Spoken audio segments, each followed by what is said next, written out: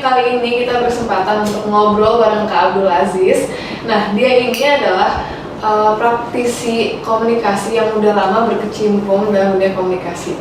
Yaudah guys, kita langsung aja kita ngobrol-ngobrolnya karena Kak Aziz udah datang ke studio kelasmenik.com. Halo Kak. Halo Vina. Gimana kabarnya kali ini? Baik dong, Vina sendiri gimana kabarnya? Baik juga Kak. Sebelumnya thank you banget nih Kak udah mau datang hari ini buat ngobrol-ngobrol sama aku, sama sahabat Unik juga. Thank you banget ya Kak Aziz ya. Oke, dengan senang hati dong. Senang juga aku bisa ketemu sama Vina di sini. Oke, ya Kak, aku pengen nanya nih seputar tentang komunikasi. Kebetulan aku dengar-dengar nih dari burung-burung di udara. Oh, bisa terbang dong? Bisa dong. Katanya nih kakak nih praktisi komunikasi. Nah, aku pengen tahu nih sedikit tentang komunikasi itu apa sih? Nah, simpelnya saat ini kita juga lagi berkomunikasi. Atau mungkin Nina pernah ditembak sama cowok? Pernah. Nah, itu juga bagian dari komunikasi. Terus respon Nina gimana pas ditembak? Respon aku ya bilang iya sih. Gimana? Apa berbunga-bunga atau malah cemberut? Atau malah langsung ninggalin? Atau gimana? Bingung sih, kayak panik gitu. Nah, itu respon tuh, itu juga komunikasi. Jadi gini, komunikasi itu ada 4 unsur ya. Yang pertama adalah komunikator. Nih orang yang sedang berbicara gitu. Saya berbicara ataupun tadi Nina yang berbicara itu adalah komunikator. Yang pertama syaratnya. Kemudian yang kedua ada namanya komunikan. Nah, yang mendengarkan gitu. Kemudian yang ketiga ada namanya pesan atau message yang kita sampaikan. Misalkan Nina tadi nanya, kemudian aku jawab gitu. Nah, itu adalah bentuk pesan. Kemudian yang terakhir ada namanya feedback. Ya, gitu, respon. Jadi kalau misalkan saya nanya, Ninanya diam aja, kira-kira terjadi komunikasi? Enggak sih. Enggak jadi. Ada cowok yang nembak Ninanya diam aja, terjadi komunikasi? Nah, bingung dia, merasa digantungin, kasihan kan? Iya. Nah, gitu. Kak, ini ngeliat dari gaya kakak bicara nih, kayaknya oke banget nih. Kakak kerja di mana sih sekarang? Sekarang kebetulan saya adalah sebagai seorang pengajar, kemudian juga saya sebagai praktisi komunikasi yang tadi Nina sampaikan. Nah, memang senang sih dari dulu di 2009 gitu kan masuk di kampus komunikasi, masuk ke UIN, jurusannya komunikasi gitu. Nah, kakak sekarang emang ngajarnya tuh di mana? Kalau ngajar sekarang di BSI. Di BSI. Tahu kampusnya? Tahu. Keren banget ya Kak ya. Oke. Oh ya, Kak, aku juga pengen nanya nih, komunikasi tuh jenis-jenis tuh ada apa aja sih? Kan ada yang stratkom, ada yang macam-macam kan. Apa aja sih? Banyak. Pertama, komunikasi yang sifatnya personal ya. Komunikasi yang personal. Contoh, misalkan Nina ketemu sama Juno misalkan ya. Juno, dari mana aja lu? Udah lama gua gak lihat ya Pak hidung lu misalkan. Bilangnya gua lu. Kira-kira dalam konteks komunikasi personal boleh nggak kayak gitu? Personal kayak boleh sih ya, karena aku personalnya kayak gitu juga. Iya, boleh nggak? Boleh. Gak ada yang salah kan? Gak ada yang salah. Nah, itu yang pertama, komunikasi personal. Saya ketemu tuh, kemana aja lu? Buset, baru muncul kali gini ya. Wah, gampang gitu. Yang penting orang yang menerima informasi itu bisa menerima. Orang menerima pesan itu bisa menerima. Berarti lihat orangnya dulu gimana ya? Iya, itu dalam konteks personal gitu. Kita lihat orangnya kayak gimana nih. Kalau misalkan orangnya, misalkan dia pengennya orangnya saklek, ya kita gayanya juga menyesuaikan. Dasar apa lu lah? Jadi ada gitu. Sama orang lawan bicara kita ya? Iya, itu yang pertama, komunikasi personal. Kemudian yang kedua ada namanya komunikasi romance. Ya, ketika misalkan tadi siapa namanya Juna ya, misalkan tadi Juna, kemana aja lo gitu. Begitu misalkan udah jadian, nah biasanya bilangnya jadi aku, kamu gitu. Iya. Ada yang bilangnya ayang bel. Gitu. Nah, kira-kira jadi berubah gitu. Tadi aku bilang gua lu bangsat lu gitu misalkan. Sekarang juga ada yang bilang ayah bunda. Ada yang bilang ayah bunda. Gitu kan why not gitu. Ada yang juga bilang ya banyak ya ayam beb dan lain sebagainya. Itu is okay gitu dalam konteks romance. Dia dengan pasangannya, yang penting pasangannya merasa happy, merasa bahagia gitu, merasa nyaman gitu. Nah, itu yang kedua gitu. Kemudian yang ketiga ada namanya komunikasi parents. Ya gitu. Nah, ketika dia udah berkeluarga gitu kan, dia punya anak. Nah, Betul, tadi ada namanya ayah, bunda, ada yang namanya nak gitu, ada yang namanya daddy, ada yang namanya papi, mami gitu. Itu dalam konteks parents ya. Nah, kita harus belajar dalam konteks itu natural ya, alamiah. Nah, selanjutnya ada komunikasi advertising gitu. Ketika orang beriklan dengan baliho, misalkan dengan backdrop gitu.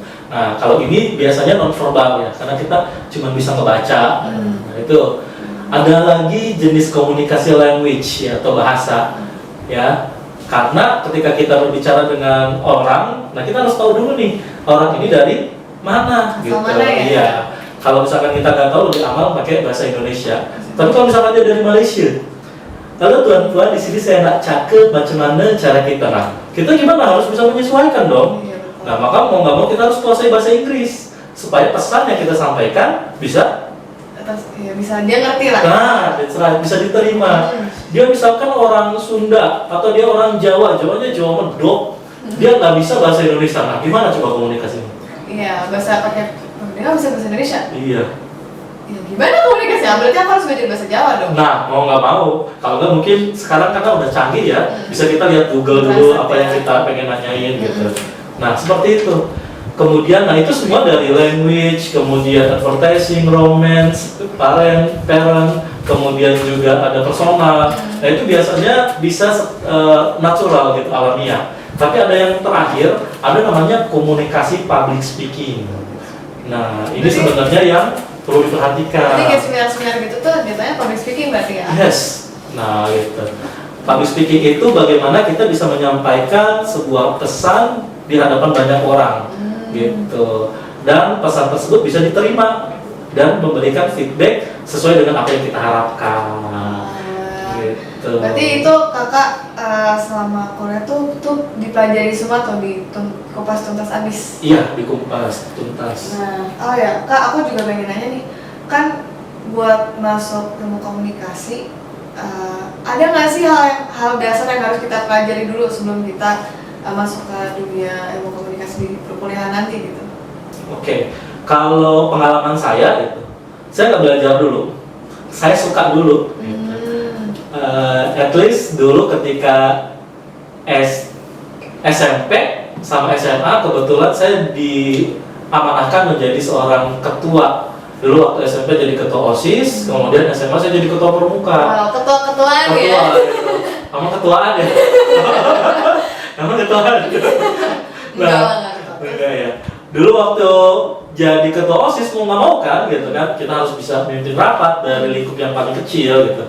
Kemudian kalau kita buat sebuah event di sekolah, misalkan penerimaan siswa baru gitu, mau nggak mau kan kita harus ngasih sambutan juga gitu, sambutan dari ketua OSIS. Dulu di pramuka juga sama gitu. Jadi mau nggak mau kita dipaksa untuk tampil. Padahal saat itu, saya tuh belum belajar public speaking gitu. Jadi gimana rasa groginya, gimana belepotannya mulut, kebayang nggak kira-kira? Ini banget ya, demam panggung banget. Demam panggung, terus awal-awal ngeblank gitu kan. Gitu.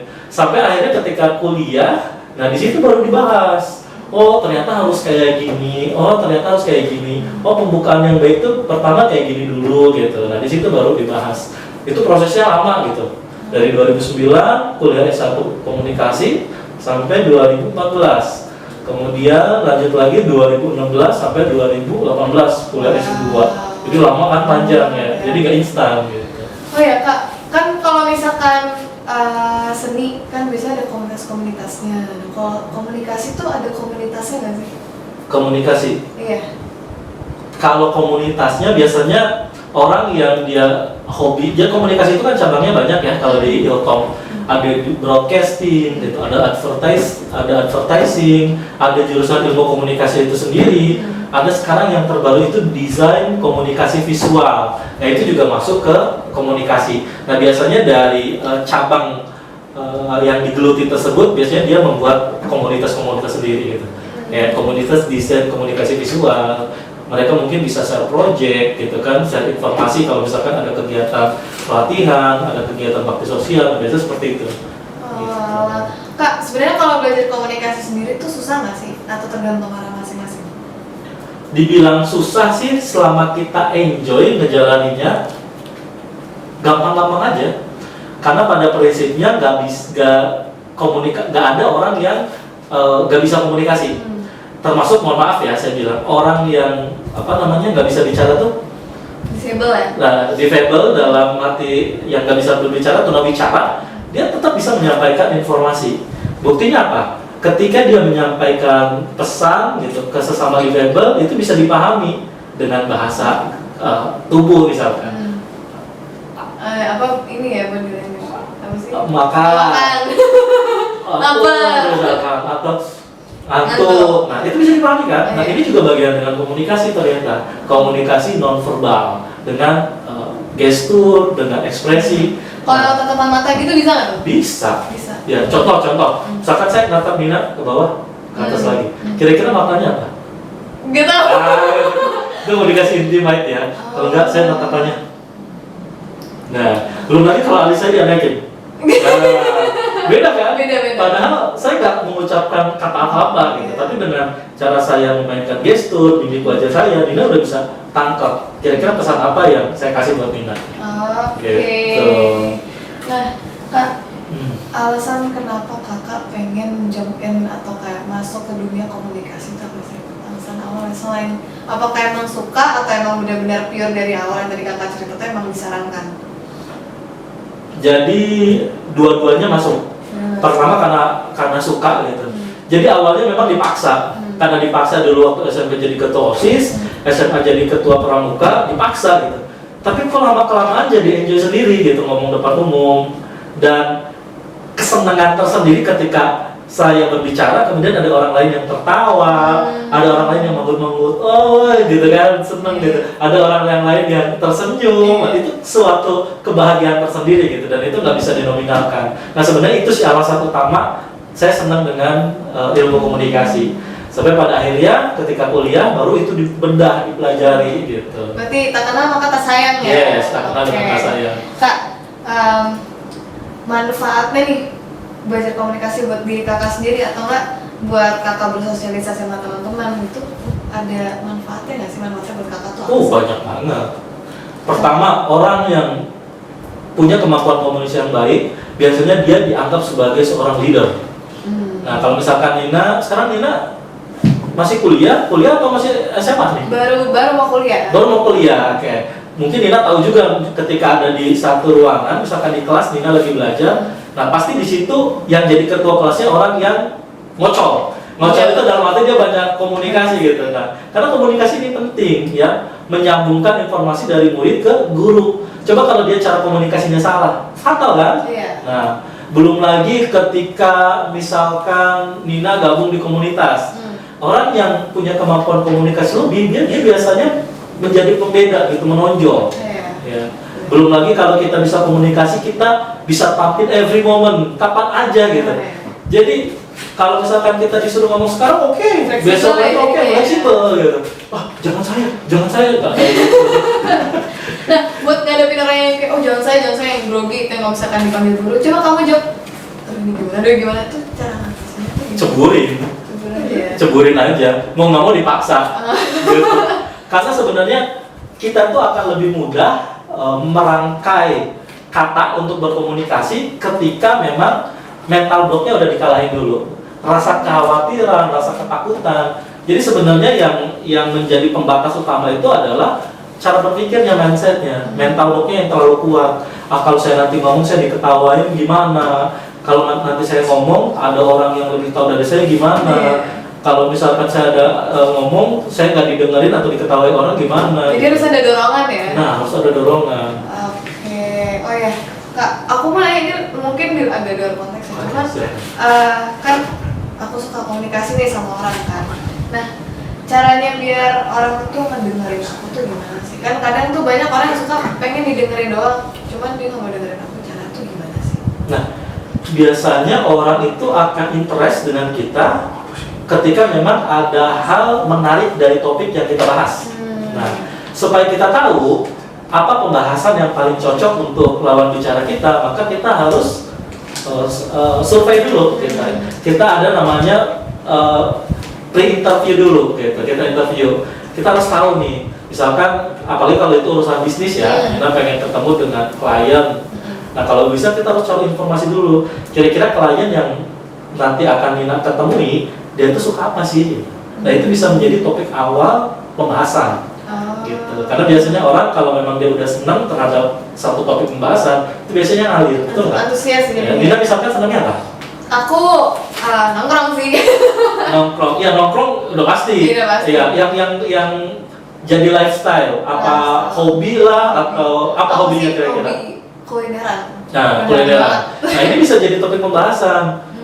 Wih, makin seger aja, kayaknya habis kulineran nih, gitu. Gitu. Nah, terus Nina bilang, iya nih habis gitu kan. Terus memang kulineran, ada kulineran apa yang baru di sana gitu. Tempatnya gimana? Asik gak kira-kira? Ya, asik sih Asik ya. Berarti go with the flow aja ya. Iya, go with the flow, dan kita harus untuk first impression kita harus tahu kira-kira dia senangnya apa. Oke deh Kak, thank you banget nih Kak Oke. buat ngobrol-ngobrol nih. Udah jauh-jauh ya tadi dari mana? Sawangan ya? Dari Sawangan. Sawangan kesini. Lumayan buat 1 ngobrol-ngobrol. jam. Iya. Thank you banget ya Kak. Oke sahabat unik, itu tadi pembicaraan kita dengan Kak Abdul Aziz. Semoga bermanfaat untuk sahabat unik di rumah. Pantau terus ya kelas unik.com. See you next time.